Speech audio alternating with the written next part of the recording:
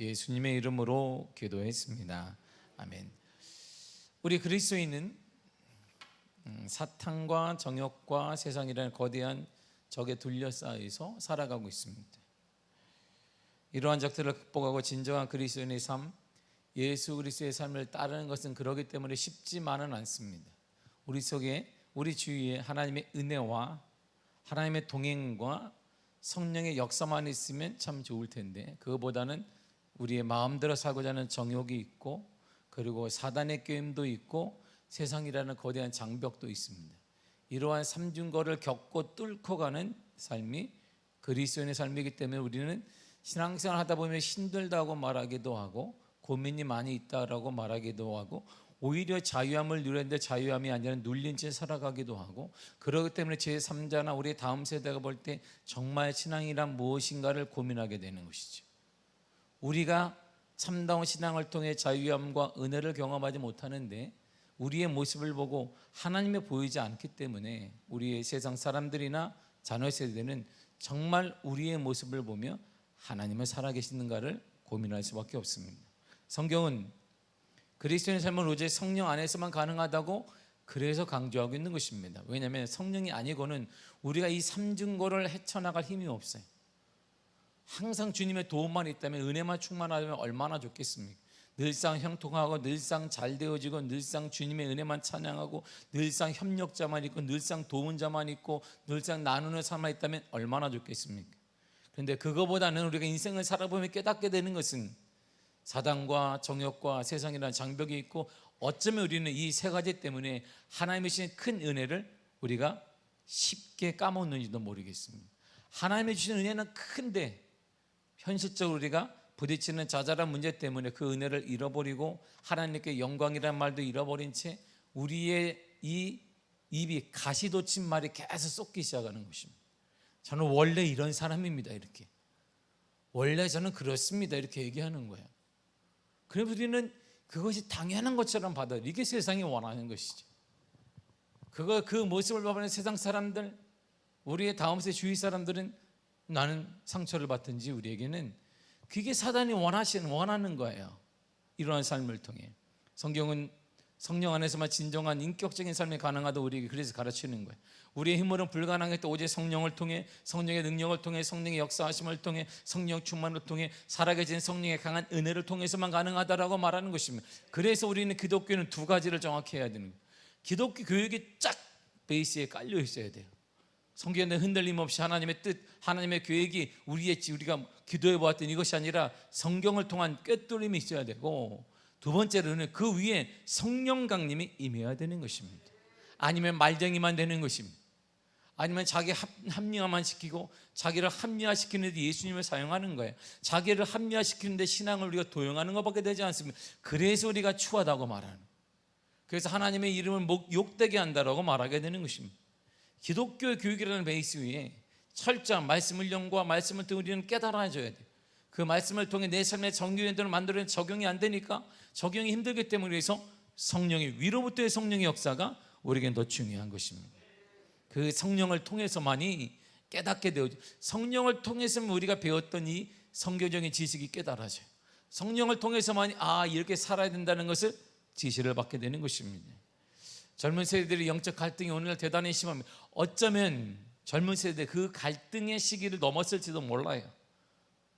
오늘날 젊은 세대들 영성에 대해 느끼는 갈등, 그리고 신앙에 대한 느끼는 갈등, 어쩌면 성령에 대한 느끼는 갈등은 우리 세대를 뛰어넘어서 이제는 아예 무관심할지도 몰라요. 그래서 더 무관심하기 전에 우리가 그들을 건져내야 되는 것입니다. 그들이 왜 기독교에 대해서 그들이 왜 마음문이 안 열까요? 그들은 기독교 안에 쫀쫀한 사람들을 많이 봤기 때문에, 그들 말하면 쫀쫀해, 째째해, 이런 사람들만 보았기 때문에 예수를 믿게 되면 나도 그런 사람이 되는 것이 아닌지, 속 좁은 사람이 되거나 모든 면에 있으나 그런 사람이 되는 것이 아닌지 하고 그들이 두려워하게 되는 것입니다. 젊은이들은 예수 믿는 사람이 째째하고 쫀쫀하다고 생각합니다. 사소한 일에 목숨 건다라고 생각해요. 세상이 얼마나 넓은데, 할 일이 얼마나 많은데, 이 작은 공간에 우리는 목매이고 싸움하고 옳다라고 말하니까 젊은 사람들 보기에는 이야, 세상 할 일이 얼마나 많은데 세상이 이렇게 할 일이 많은데, 세상은 지금 급속도로 돌아가는데, 그들이 교회를 보니까 이 작은 공간 안에 쫀쫀하고 쩌쩌한 사람들이 모여서 아기다툼하고 있는 거예요. 내가 옳다는 둥, 내가 뭐하라는, 내가 직분이 어떻다는 둥, 그 생각을 계속 그런 모습을 보기 때문에 젊은이들을 볼 땐, 야, 예수 믿는 자들은 째째하고 쫀쫀하구나, 이렇게 생각하게 된다는 것입니다. 자신도 그럴까 봐 두렵기 때문에 믿지 않으려는 거예요. 그리고 한심하게 우리를 생각하는 것입니다. 그들을 볼 때 믿음을 가진 사람들이 생각이 좁아요. 편협해지는 것처럼 보입니다. 사소한 일에 목숨 거는 사람처럼 보입니다.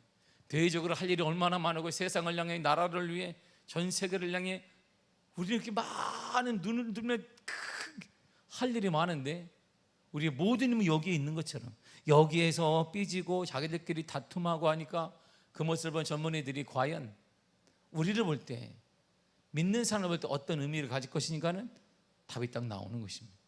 좀 풍성하고 자유롭고 넓은 시야를 갖기 원하는 그들에게 기독교는 마치 좁쌀 같은 거야. 아주 좁쌀, 작은 것입니다. 이 좁쌀을 가지고 싸움하고 있는 우리의 모습처럼 보이는 거예요. 그들이 볼 때, 우리 저 기성세대 믿는 사람들이 말이에요, 인생을 올가면은 썩은 줄로 생각하게 됩니다. 젊은이들 볼 때 신자들의 시야가 좁고 편협한 것은 예수가 그런 사람이기 때문이라는 착각을 줘요. 아, 예수님이 그런 사고이신가 보다. 그러니까 예수를 따르는 사람들도 그런 거 보니까, 어쩌면 우리 중에 한 번도 성경을 읽은 적도 없고 교회에 다녀본 적도 없는 사람이 있을지 모릅니다. 그들이 교회에 나오지 않는 이유는 먼저 믿는 사람들의 생각과 생활을 보기 때문에, 내 인생도 그렇게 될까 봐 두렵기 때문에. 그들에게 하나님이 보이는 게 아닙니다. 그들에게 성경에 대한 깊은 은혜가 있는 것도 아닙니다. 아무것도 몰라요. 그러나 내 주위에 믿는 사람들을 보건대, 와, 참 너무 편협하고 쫀쫀하고 째째하고 좁쌀 같고, 그러니까 거기에 끼지 않기를 원하기 때문에 교회 문을 젊은이들이 찾지 않는 거예요. 우리 시대에는 당연한 것처럼 교회에 나와야 된다 그러겠습니다. 또 우리가 주일날 빠지면 양심도 막 턱턱거려요. 이들에게는 다음 세대는 양심에 대한 그런 것도 없습니다. 많은 선택것 중에 하나를 그런 생각, 이것도 좋고 저것도 좋은데 이것도 시간 되면 가게 되는 것입니다. 누가 만들었을까요? 우리가 만들었어요. 성경 우리도 이렇게 말합니다. 요한복음 8장 32절에 시작. 진리를 알지니 진리가 너희를 자유롭게 하리라. 이 말씀을 듣고 기독교가 죄와 좁쌀 같은 찌들 인생으로부터 당신들부터 구원해라, 이렇게 그들은 생각하는 거예요. 이게 젊은이들이 말하면 우리 기독교인이 다른 거 구원할 생각 말고 당신들부터 구원해라. 쨘쨘함으로부터, 쫀쫀함으로부터, 좁쌀 같은 것 때문에 아웅다웅하지 말고 당신들부터 구원해내라. 이게 아마 젊은이들이 우리 보는 사고일 거예요. 그리고 그들이 볼 때는 또 한 가지는 허무한 일만 하는 인생이 한심스럽게 보여요. 젊은이들에게 때때로 자신이 하는 모든 일이 한심스럽게 느껴집니다. 설거지하는 것도 한심스러운 것 같기도 하고, 자신이 볼 때 작은 월급을 받으며 사는 것도 한심스럽고, 또한 젊은이들 볼 때 정규직이 되기 위해서 나름 최선을 다하지만 이루지 못하는 자신의 모습도 한심스럽고, 공무원은 계속 늘어난다는데 이제 어느 순간부터 정무원 수가 줄어든다는데 나는 시험을 될까 안 될까 그것도 한심스럽고, 이런 걱정하는 것도 한심스럽습니다. 이제 오늘날 젊은이들은 우리 세대가 느꼈던 것보다 더욱더 영적 갈등에 깊이 빠져 있습니다. 그들이 인정하지 않든 인정하든 이들은 영적 갈등에 빠져 있어요. 그래서 이들은 기독교에 묻습니다. 기독교에서 말하는 구원자가 어떤 위로를 자신에게 줄 수 있는지를 묻는 거예요. 그들은 우리에게 묻습니다.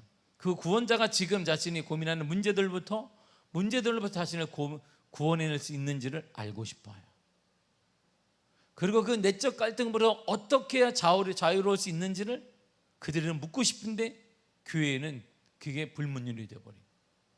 그리고 그거 묻고 싶은데 누구에게 물을까 믿는 사람을 딱 보니까 나보다 더한 거야. 이들이 나보다 얼굴이 더 밝지 않아.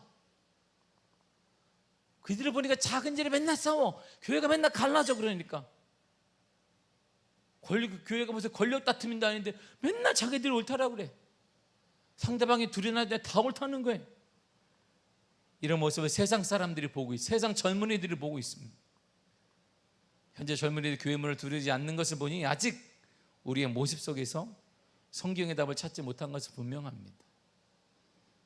더 나아가 그들은 기독교가 비합리적이고 비이성적이라고 생각하고 있습니다. 이들의 질문은 반복됩니다. 성경이 과연 믿을 만한 것인가? 이게 젊은이 늘상 고민하는 거예요. 그나마 기독교에 관심 있는 사람들이 말해요. 이런 상황과 갈등 속에서 이들이 답을 얻을 곳이 없어요. 지금 어디에서 가겠어요? 목사님을 찾아오겠어요? 갑자기? 세상 사람, 세상 젊은이들이 그래 한번 목사님을 만나서 인생을 산, 그렇지 않는단 말입니다.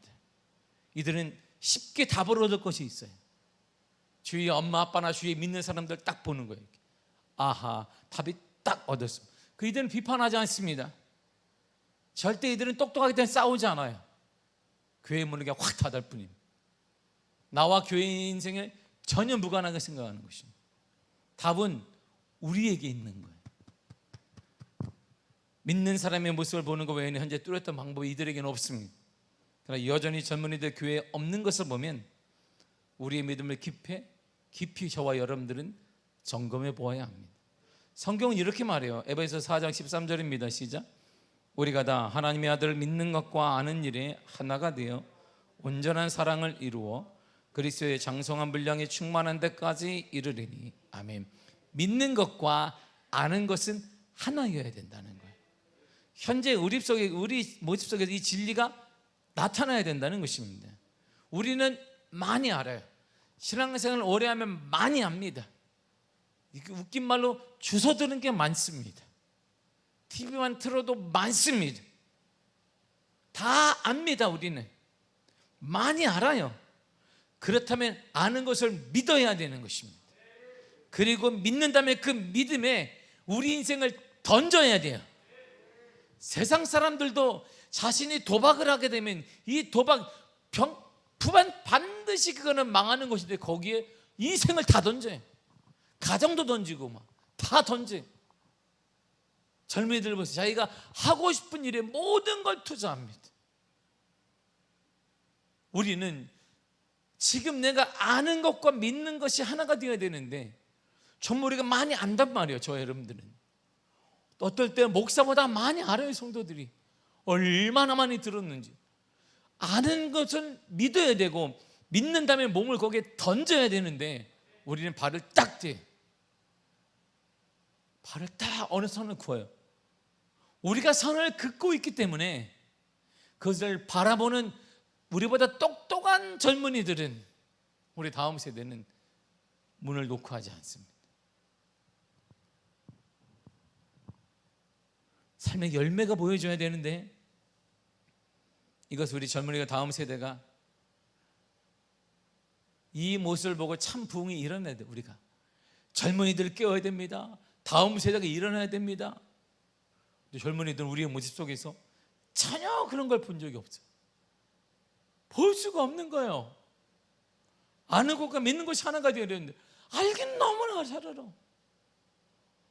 그러면 그걸 믿는다면 거기 믿으니까 모든 걸 걸어야 되는데 예수 그리스도를 믿는다면 모든 확실하다면 걸어야 되는데 우리는 거기에 끝입니다. 내 인생에 걸만한 가치가 없는 예수 그리스도, 내 삶에 걸만한 가치가 없는 예수 그리스도, 젊은이들은 발길을 돌리지 않습니다. 그래서 오늘날 영성의 위기와 성령을 통한 거룩한 부흥의 위기가 온 것이에요. 이런 갈등 속에서 참된 영성의 위기를 맞고 있는 것입니다. 이것은 바울이 이미 2000년 전에 우리에게 경고를 했습니다. 디모데서 3장 5절을 보세요. 시작. 경건의 모양은 있으나 경건의 능력은 부인하니 이 같은 자들에게서 내가 돌아서라. 아멘. 경건의 모양은 있어요. 모양을 다 가졌습니다. 아는 게 얼마나 많은지 몰라요. 바로 여기서 사도 바울은 말세의 영적 상황이라고 말했습니다. 신앙의 형식은 화려합니다. 번들합니다. 직분도 화려합니다. 다 아는 것 같은데 실제로 신앙의 열매와 신앙의 매력이 없어요. 남들이 볼 때 매력이 있어야 돼요. 와, 나도 믿을만한데, 야, 나도 정말 예수를 믿음, 이런 매력이 있어야 되는데 매력이 없잖아요. 매력이. 여러분 백화점이나 몰에 가보세요. 별거 아닌 옷을 이렇게 마네킹에다가 이렇게 화려한 조명들을 막 해놨어요. 와, 사고 싶은 마음이 있어요. 막 이게. 근데 입으면 또 별거 아니야. 잘 해놨단 말이에요. 이게 조명부터 모든 게. 그러니까 진짜가 아님에도 불구하고 이게 와, 입으면 다 저렇게 될 줄 알아요. 홈쇼핑을 보세요. 유명한 탤런트가 아니에요. 날씬한 사람이 나와서 저는 뭐 그런데 그 사람 170 몇이야 여자가. 한 남자가 이거는 뭐 자제한다 막 그러는데 다리가 길어 보이지 않습니까? 다리가 길어 보이지 185가 넘는데 내가 입어봐요. 안 맞지? 매력이 있어야 사람이 사는 거예요. 신앙에도 매력이 있어야 돼. 매력이 있어야 돼. 예수 믿는 사람은 매력이 있어야 돼. 그래야 와, 예수를 믿고 싶은 거야. 구매하고 싶어서 막 예수를 믿고 싶어 했다는데 우리 매력이 없어요. 매력을 잃어버렸어요. 마치 그것은 벌거벗은 임금님과 같은 거예요. 영적인 허구와 사치에 빠져서 자기가 벗은 줄도 모르고 거리를 활보하는 거예요. 자기가 창피한 줄도 모르고 신앙이 완벽한 줄 알고 말이에요. 옷을 멋있게 입은 줄 알고 벌거벗은 임금님이 우리들끼리 돌아다니는 우리들끼리, 교회에 있는 사람끼리, 와, 신앙이 멋있네요. 우리들끼리 얘기해. 우리들끼리 신앙이 이쁘시네요. 세상 사람 볼 때는 벌거벗고 다니는 거예요. 이게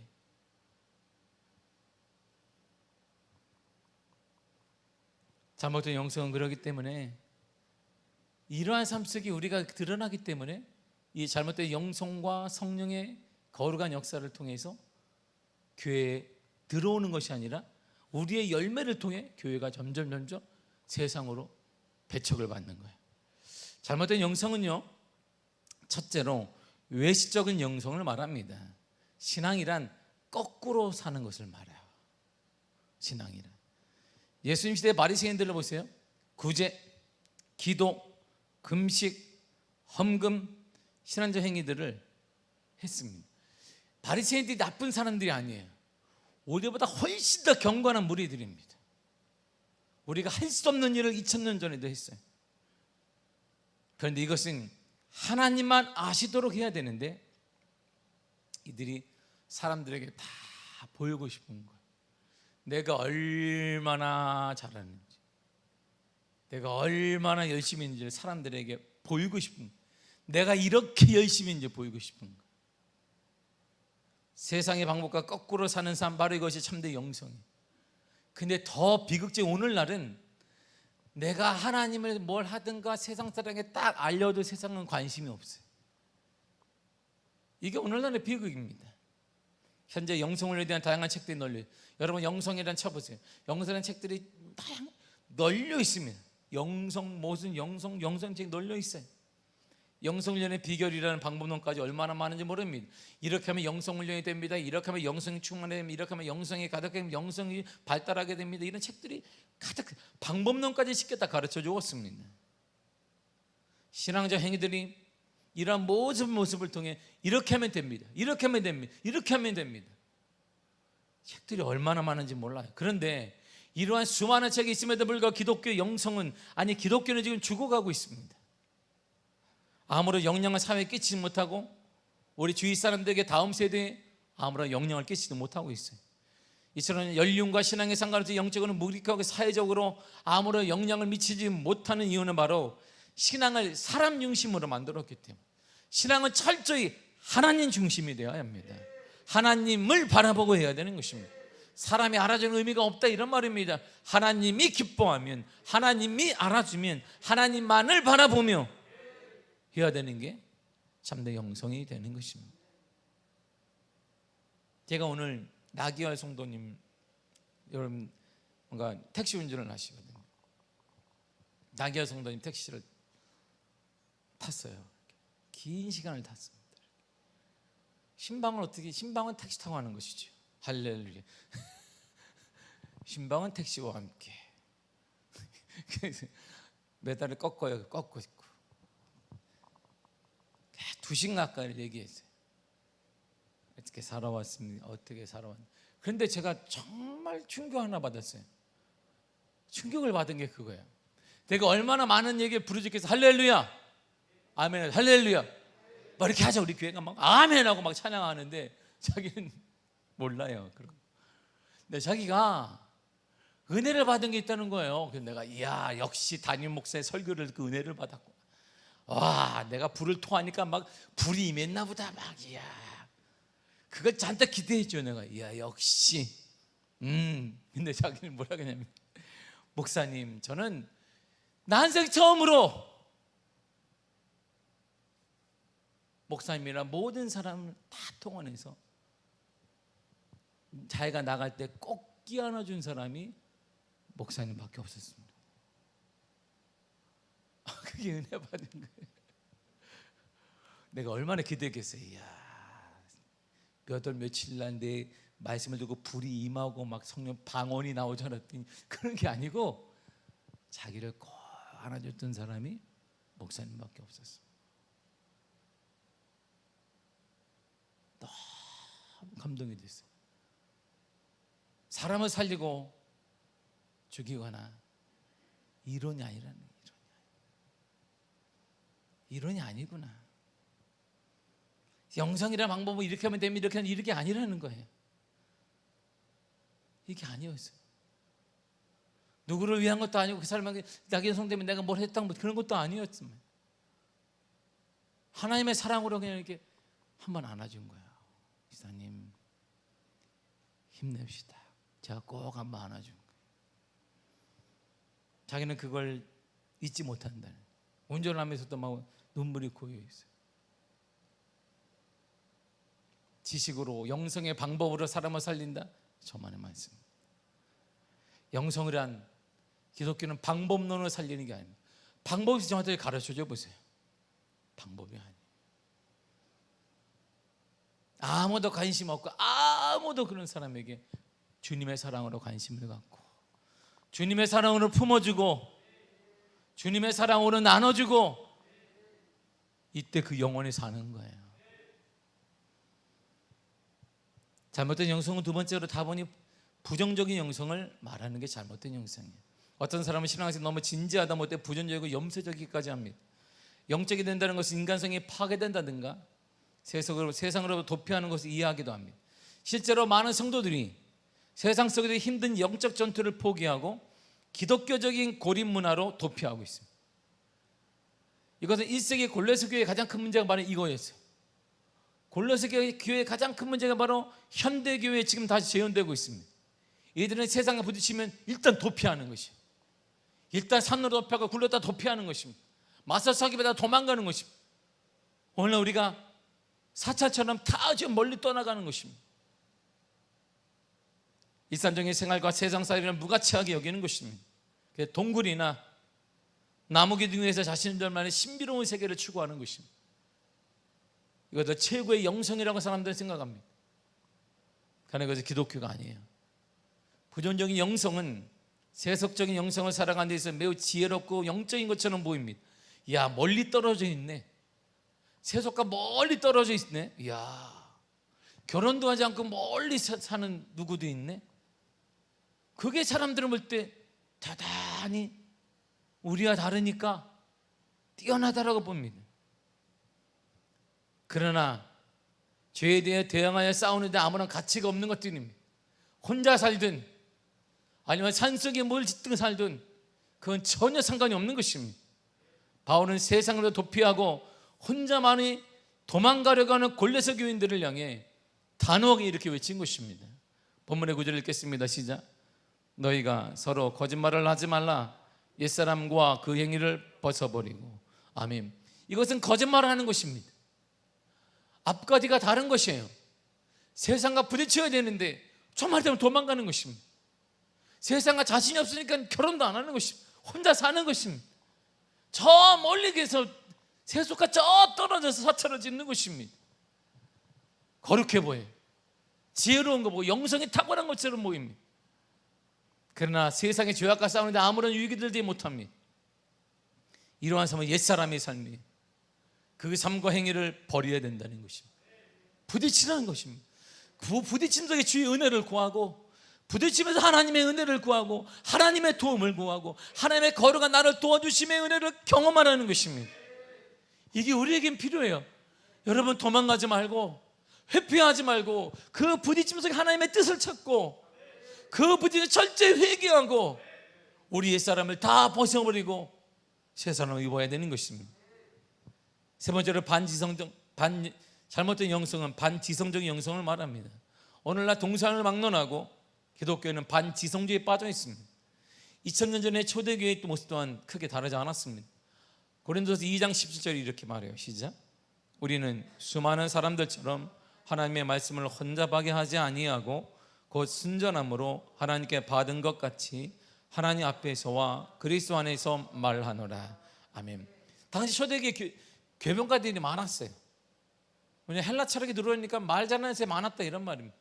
자신의 개똥 철학을 계속 설파하는 사람이 많았습니다. 말도 잘하는 사람이 많았습니다. 이들이 교회 안에 들어오기 시작했습니다. 근데 이들은 하나님의 말씀을 혼잡케 한다라고 그랬어요. 바울이 말씀은 팔고 다니는 장사꾼이다 이런 말이에요. 혼잡한다 이런 뜻은 정확한 한국적 표현은 섞는 사람이에요. 섞는 것. 하나님의 말씀과 세상을 섞는 걸 말하는 것입니다. 그 지적인 혼란을 야기시키는 것을 말합니다.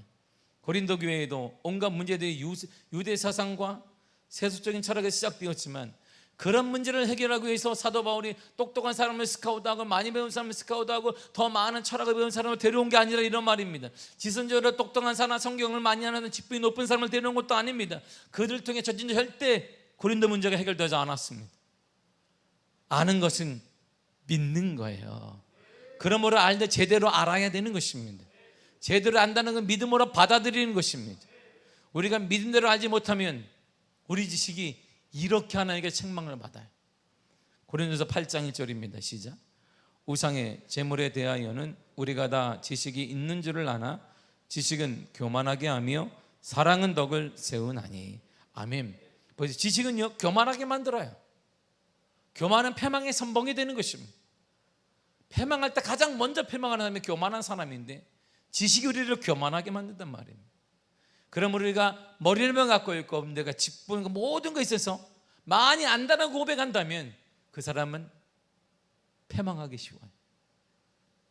많이 아는 게 문제가 아니라 사는 거예요. 적게 알더라도 믿음대로 사시기를 바랍니다.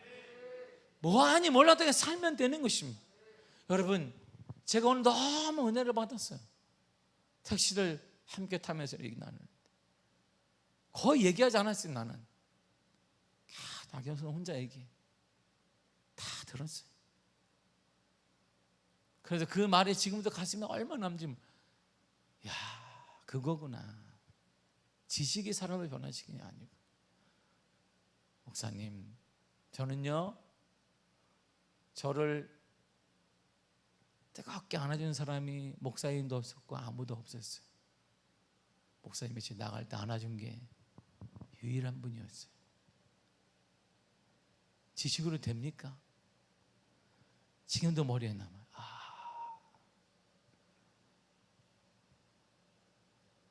수많은 말을 제가 했거든요. 수많은 말을 여기서 쏟아냈어요. 우리가 배웠던 것을 지식은 선포하지 않았는지 돌이켜보게 됐어요. 내가 아는 지식 자랑을 하는 건 아닌지. 그렇다면 지식은 교만하게 만들고 교만은 멸망을 당할 때 가장 먼저 멸망당하는 것인데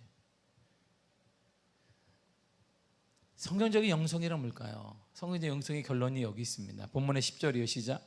새 사람을 입었으니 이는 자기를 창조하신 이 형상을 따라 자식에게까지 새롭게 하심을 입은 자니라.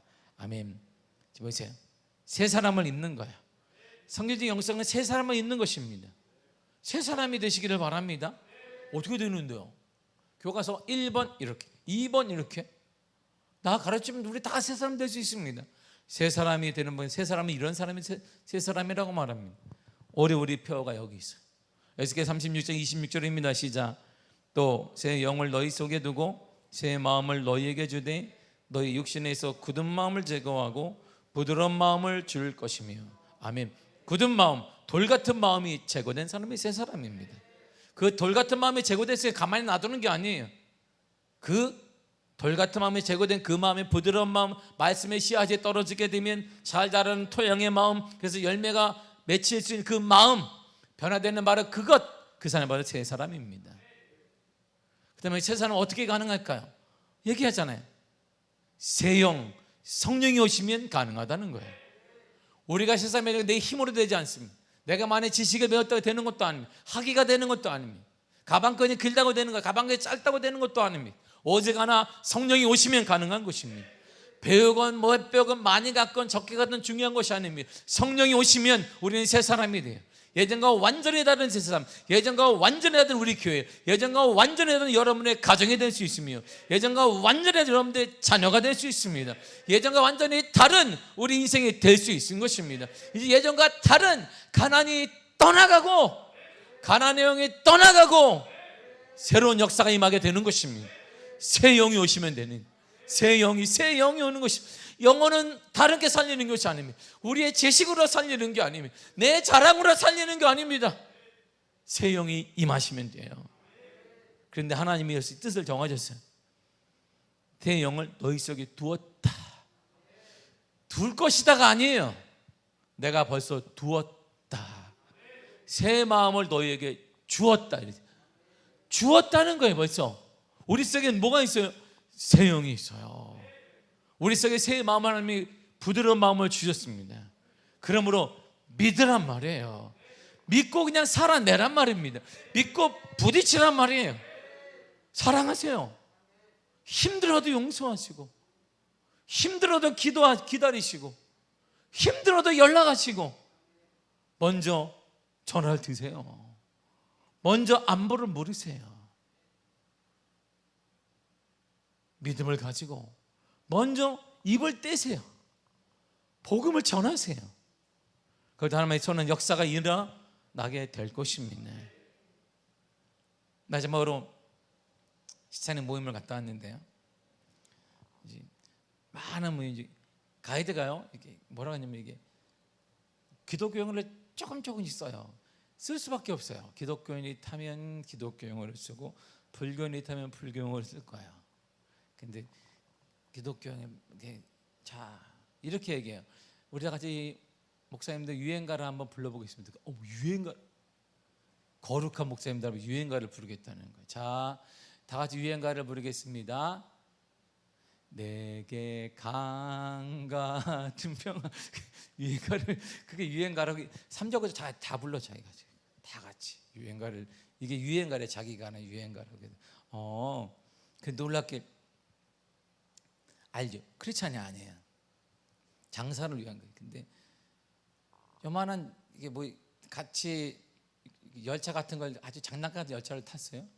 딱 탔는데 제 옆에 우리 사모 같은데 거기 타서 많은 자리가 있는데, 그래서 못 나가니까, 문을 딱 잠그고 못 나가니까 한 바퀴 뺑 돌잖아요. 근데 그때부터 뭐였냐, 우리 사모님이 복음을 전했어요. 얼마나 힘들겠어요. 불교는 불교는 해야죠. 그렇게 하셔야죠. 장사를 하셔야죠. 천주교는 천주교 얘기하셔야죠. 가야 되니까. 그게 업이니까 하셔야죠. 주일날에도 얼마나 바쁘시겠어요.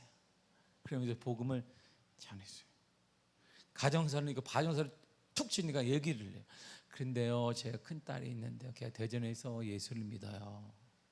근데 우리 아들 아이는 크리스천 학교를 다녀요.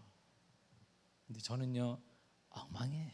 저는 교회 한 번도 나가본 적이 없어요. 그래서 계속 복음을, 그 자리에서 하나님이 여기서 이렇게 만들어준 건 복음을 전하라는 것이다. 그래서 계속 복음을 전했어요. 이렇게 복음을 전하고, 그리고 기도를 해줬어요. 틈만 나면 우리 자랑하지 말고 예수님을 말하시길 바랍니다. 우리 속에 누가 있냐면 성령이 있어요. 그 성령을 이렇게 말하세요. 우리 거 얘기하면 아무 인생이 변하지 않아요. 여러분과 자랑한다가 아무도 알아주지 않습니다. 성령님을 말하세요. 예수님의 틈만 나면 말하세요. 그러면 그분이 역사하십니다. 그분이 내 삶도 역사하고, 가정도 역사하고, 여러분들 일터도 역사하고, 우리의 자녀도 역사하시며, 우리의 삶도 역사하여 주시는 것입니다. 하나님은 그것을 정하셨습니다. 내가 이미 너희 속에, 우리 속에 성령을 두었다는 거예요.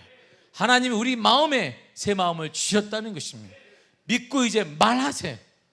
뭘 말하는데요? 성령님이 얘기하는 대로 성령님 얘기를 하고 하나님 얘기를 하고 복음을 전하시기를 바랍니다. 그리고 믿음대로 더 이상 두 번 생각하지 말고 결단하여 행동하세요. 여러분들이 그냥 고민하는 그 문제 믿음으로 행동하면 하나님의 거룩한 역사가 여러분들 삶 가운데 반드시 드러나게 될 줄 믿습니다. 기도하겠습니다. 하나님 감사드립니다. 주의 은혜와 허락하시고 충만케 하시 은혜를 참으로 감사드립니다.